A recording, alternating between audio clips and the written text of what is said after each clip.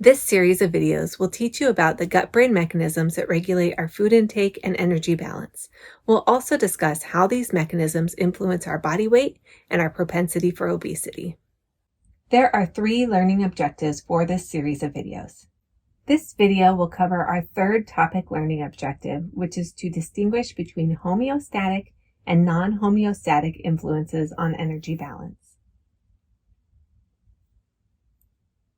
The brain regulates energy balance through both homeostatic and non-homeostatic mechanisms.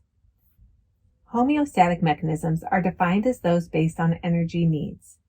This would be the body's response to signals that indicate calorie levels are low or there is a calorie deficit, as well as signals that indicate that calorie levels are high and there is a calorie surplus. In contrast, non-homeostatic mechanisms are not tied to energy needs. These are signals to eat that are typically more hedonic, meaning they are driven by the rewarding properties of foods. This figure illustrates the brain regions that control energy intake, identified by the blue and yellow shapes located here in the brain. This figure also illustrates that circulating energy status signals, as well as vagally mediated satiation signals, can act either directly or indirectly on both homeostatic regions of the brain, highlighted here in blue, or non-homeostatic regions of the brain, highlighted here in yellow. To further clarify the ideas of homeostatic versus non-homeostatic reasons for eating, let's review some examples. First, let's think about some homeostatic reasons for eating.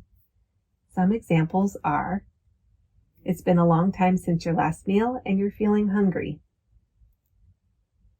Or you have just gone for a long run and are feeling lightheaded. These sensations would signal an empty stomach or the need for additional calories to replace the calories you expended on your run. Thus, they are clearly linked to energy needs. Now let's think through some homeostatic reasons to stop eating. Some examples are: your stomach feels full, or your desire to eat has decreased because you've consumed a large meal. Both of these are likely linked to feelings of stomach distension, which is a signal that you've consumed a large enough volume of food. Now let's think through some non-homeostatic reasons for eating. Some examples include: someone left cake in the break room and it looks delicious. Or it's 12 p.m. and you only have a 30-minute break for lunch. Both of these are not necessarily linked to your energy needs or hunger levels, but rather the presence of food or the time of day. Finally, let's think through some non-homeostatic reasons to stop eating. Some examples are: you ate all the food on your plate and there's no more food to eat. Or you want to lose weight so you only eat half of your portion. Again, neither of these are necessarily linked to your feelings of fullness or the amount of nutrients you've consumed. They are external cues driven by either the amount of food available or the amount of food that you consciously desire to eat.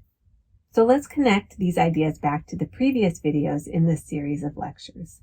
As a reminder, our desire to eat is driven by the accumulation of hunger or meal-initiating hormones, the decline in satiation signals from the previous meal, and the decrease in specific energy status signals. So note that all of these can be triggered by both homeostatic and non-homeostatic reasons. So to bring this back to where we started at the beginning of these series of videos, it has been asserted that obesity is a normal response to an abnormal environment. Hopefully by this point you've grasped this concept and understand what this statement means.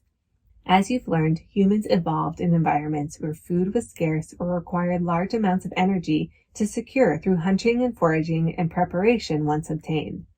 We've evolved to be attuned to contexts where food is plentiful and readily available, and to react to these environments by eating while the food is available and having a biological propensity to store excess energy in the form of fat or adipose tissue. This is a protective mechanism that ensures our bodies have fuel during times when food is less plentiful. Thus, the tendency to overeat when energy-dense foods high in fat and sugar are readily available is deeply ingrained in our basic biology. Our modern food environment is abnormal compared to the traditional environments within which we evolved. It provides an abundant supply of food that requires relatively little energy to obtain and prepare. And we've also created many energy-saving ways of achieving our basic needs, such as being able to drive instead of walk or using appliances in our kitchens. However, our tendencies to take advantage of these modern luxuries would be expected based on our evolutionarily adapted biological tendencies. Obesity is a normal response to an abnormal environment. Therefore, many aspects of modern-day environments disrupt our energy balance. When our bodies experience a chronic oversupply of nutrients due to overconsumption, this not only provides us an oversupply of energy that needs to be converted into fat stores, this also leads to a blunting of important signaling pathways that regulate our intake. These are the pathways we've discussed in these videos. This blunting weakens our body's abilities to regulate intake based on homeostatic signals. In addition, when our environments provide an overabundance of highly palatable foods, that is, foods high in fat and sugar, this means we also have an abundance of non-homeostatic prompts to eat, and this increases the likelihood that we will eat in the absence of hunger and eat beyond our energy needs.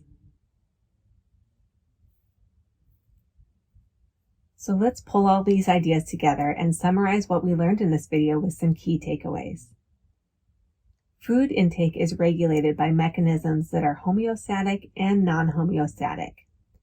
Homeostatic mechanisms are physiological responses to the availability of calories and nutrients within our bodies.